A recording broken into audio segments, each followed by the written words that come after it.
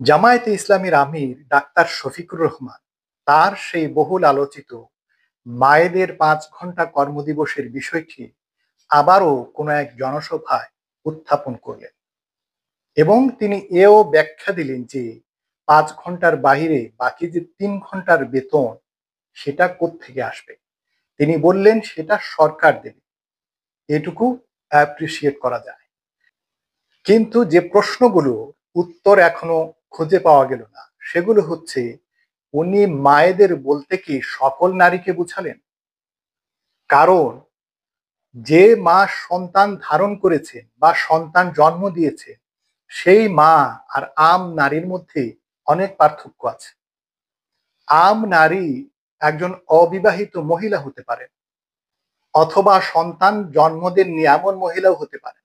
সুতরাং তাদের ক্ষেত্রে কাজের চাপের পার্থক্য থাকবে এবং সবচেয়ে যে ইম্পর্টেন্ট প্রশ্নটি হলো সেটি হলো, উনি বলেছেন বাকি ৩ ঘন্টার জন্য প্রতিষ্ঠানগুলো এমন মানুষ খুঁজে নেবে, এমন মহিলাদেরকে খুঁজে নেবে যারা পার্ট টাইম কাজ করতে চায়। তাহলে এখানে প্রশ্নটা হলো, অনেক মা রয়েছেন এরকম যে ৫ ঘন্টা কাজ করার পরও বাকি ৩ ঘন্টা ওভারটাইম করতে আগ্রহী। এই ক্ষেত্রে কি হবে? অথবা এমন হতে পারে যে প্রতিষ্ঠানে উনি ৫ ঘন্টা কাজ করেন সেই প্রতিষ্ঠানে না করে অন্য কোথাও ৩ ঘন্টা পার্ট টাইম কাজ করলেন। এক্ষেত্রে তিনি একজন পুরুষের যে বেতন আছে তার চাইতে বেশি উপার্জন করলেন।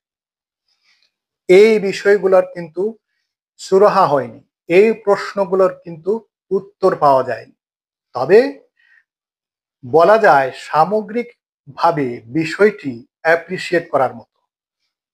সরকার থেকে ৩ ঘন্টার বেতন দেওয়া এমন কোনো বিষয় নয়, একজন মাকে সেটা দেওয়াই যেতে পারে। কিন্তু বাকি প্রশ্নগুলোর উত্তর খোঁজা এখনই জরুরি।